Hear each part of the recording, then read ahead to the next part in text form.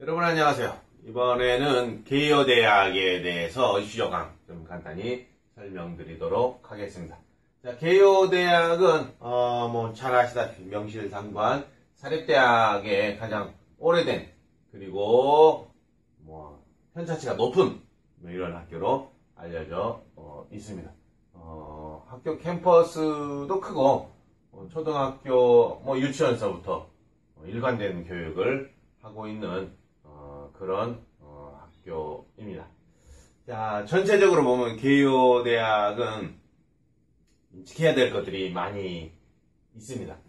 지켜야 될 것은 첫 번째 뭐냐면은 이제 복수 지원에 관한 부분들인데, 먼저 이제 종합정책하고 환경정보를 먼저 좀 말씀드리면은 여기는 불가능하다. 복수 지원이 동일 학부 내에 다른 방식으로 복수 지원 불가능합니다. A 방식, B 방식 따로따로 복수 지원 안 된다.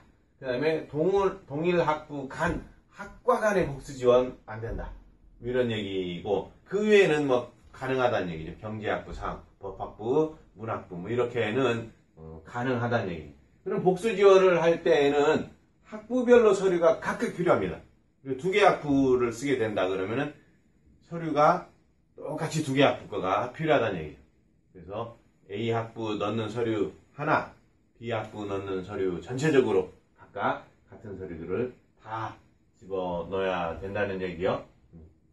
웹엔트리를 먼저 해야 되는 거고, 나중에 출력해서 같이 보내야 되는 거요. 구체적으로 영문, 일문이 아닐 때는 번역을 해라. 이런 거가 있고, 그 다음에 기본적인 양식 중에 하나, 법학부인데 이게 소논문 제출을 해야 되기 때문에 양식을 다운받아서 활용하면 됩니다.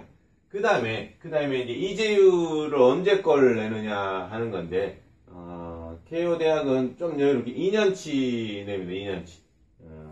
2년치. 1회 출원이 있고 2회 출원이 이제 나눠져 있는데, 1회 출원은 6월까지 걸 사용할 수 있고, 2회 출원, 이쪽에 이제 많이 흔히 쓰는 11월까지의 성적을 사용할 수가 있습니다. 그 다음에 영어 성적을 내야 되는데요. 이 영어 성적에 토플 성적을 내야 되는데, 토플 날짜를 다 정해놓고 있죠. 1회 출원자는 8월 18일까지 수험을 해야 되고, 9월 2일까지에 직송 신청한 경우, 그 다음에 요 사이에 또 학교에 도착을 해야 된다는 좀 까다로운 요건을 주고 있어요. 2회 출원 역시 같은 식으로 날짜가 정해져 있고, 출원 기간 내에 학교에 꼭 도착을 해야 된다는 거. 이게 좀 특징적인 거죠. 비방식 모집하는 경우는 수능을 제출해라 이렇게 되어져 있는 부분들이 많이 있습니다. 자, 그러면 학부별로 하나씩 좀 살펴보도록 하겠습니다. 먼저 의학부, 약학부.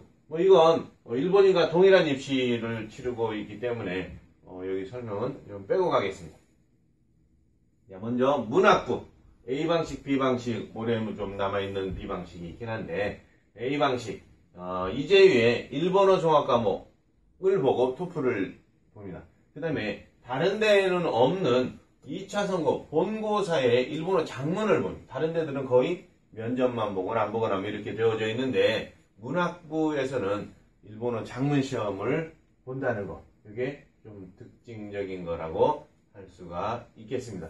웹엔트리를 하고요. 원서는 11월 7일까지 원서가 전체적으로 마감됩니다. 자, 그러면은 이 11월 7일까지라고 그러는 것은 어떤 의미냐면, 우리 이재유 시험에 11월 9일 이재유 시험에 11월 시험 보기 이전에 원서 마감을 해야 된다는 거. 그래서 원서에 11월 걸 넣으려고 하는 사람들은 출원번호를 11월 출원번호를 제출하는 형태로 해서 내는 방식입니다.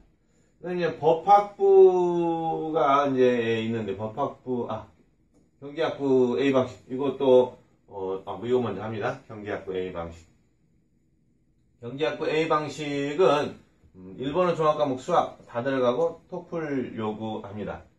그 다음에 1차 발표 없이, 이번에 1차 발표 없이 바로 최종 합격 발표를 하는 방식을 택하고 있습니다. A 방식밖에 없고요. 법학부도 올해 A 방식만 사용합니다. 그래서 이재유 성적 집어넣고 법학부 역시 1차 발표 없고 면접도 없고 바로 최종 발표하는 방식입니다. 그래서 경제학부, 법학부가 이렇게 진행을 하고 있고요. 그 다음에 이제 사학부를 좀 보시면은 사학부 A 방식에 일본어 종합과목 수학, 토플 성적 들어가고 있고요. 1차 선고에 발표를 합니다. 그 다음에 면접을 보고 최종은 다음 해 1월 23일 날 이게 발표하는 형태를 하고 있습니다. 이제 20학부에 A 방식, B 방식 나눠져 있고, 그 다음에 1차 지원, 2차 지원 이렇게 되어져 있죠. 그래서 요 형태를 보면은 이제 국외 거주자만 낼 수 있는 이게 이제 1차 지원 방식인 거죠. 1차 지원 방식에 국외 지원자만 가능하고 6월 성적까지만 들어가는 방식입니다. 그래서 이건 도일전 방식이 되겠고, 그 다음에 이제 이게 2차 지원 방식은 일반적인 입시하고 똑같이 일본어 들어가고 나중에 2차 시험에 물리화학 시험을 보는 이런 면접을 택하는 게 이제 20학부 방식이 되겠습니다. 그래서 종합정책학부하고 환경정보는 FSC라고 하는 이제 캠퍼스가 따로 분리가 되어져 있고, 역시 이 1차 지원, 2차 지원으로 나누어져 있고, 1차 지원에서는 국외 거주자는 일본 외 거주자들만 지원할 수 있는 그런 방식으로 되겠습니다. 면접은 같이 1차 지원, 2차 지원 면접은 같이 봐서 최종적인 발표는 1월 23일 날 하는 방식으로 되어져 있습니다. 자, 이렇게 케이오 대학의 전체적인 걸 이제 봤습니다만은, 케이오 대학에서 요구하는 부분들이 어떤 것들이냐 하는 것을 좀 정확히 알아야 되는 부분들은 추천서도 이제 각각 이제 여기 좀 특징적인 거죠. 추천서가 2부가 필요하게 된다는 거죠. 2부가 필요하게.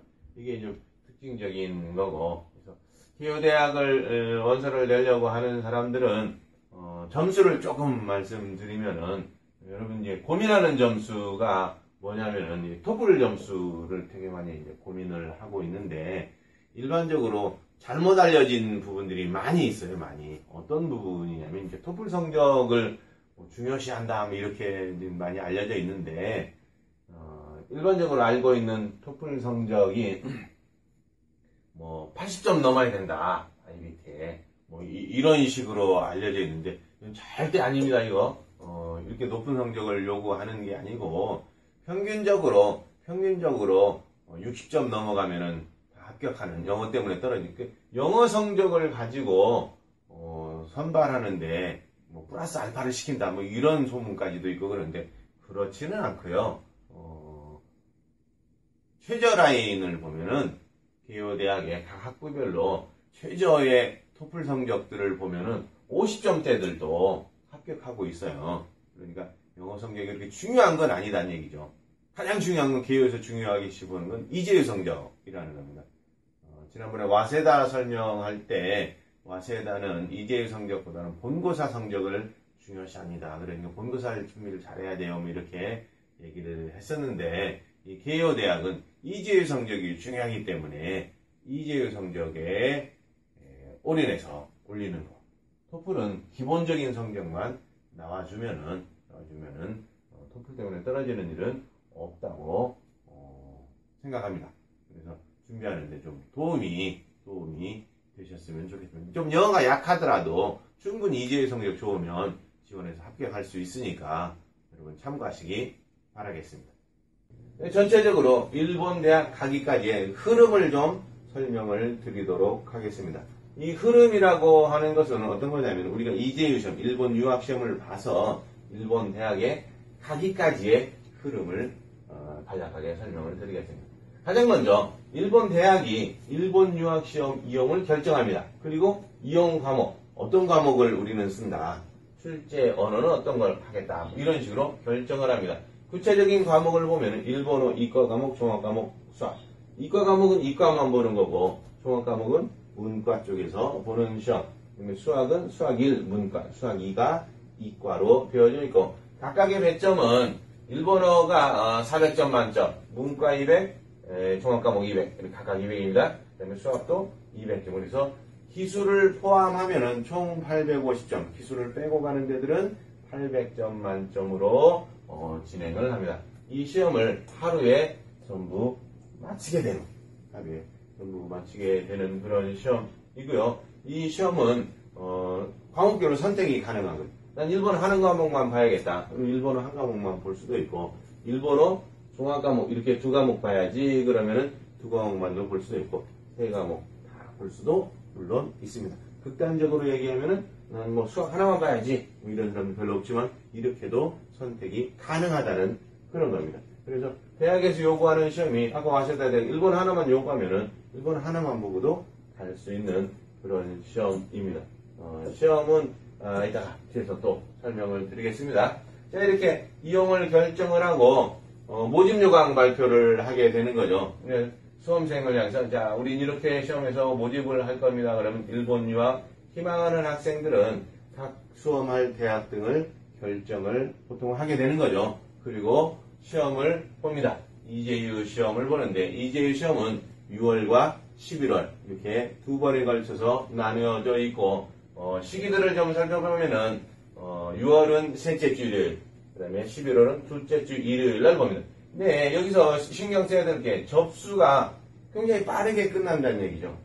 6월 시험은 3월 초, 11월 시험은 7월 하순 정도에 접수가 일찍 끝나버리기 때문에 요걸 좀 신경 써서 접수를 미리 해 두셔야 된다는 거, 이게 필요합니다.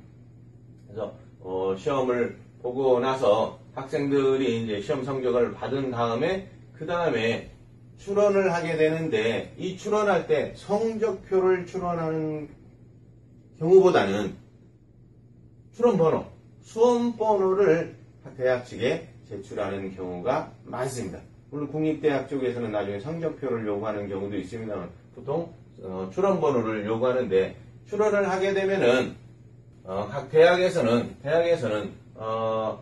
이재유 쪽에 출원자의 성적 조회를 하게 됩니다. 출원자의 성적 조회를 이제 하게 되면은 이재유의 유학시험본부에서 성적을 대학 측에 제공하게 되고 대학 측에서는 그 성적을 받아서 선고를 하게 됩니다. 합격력을.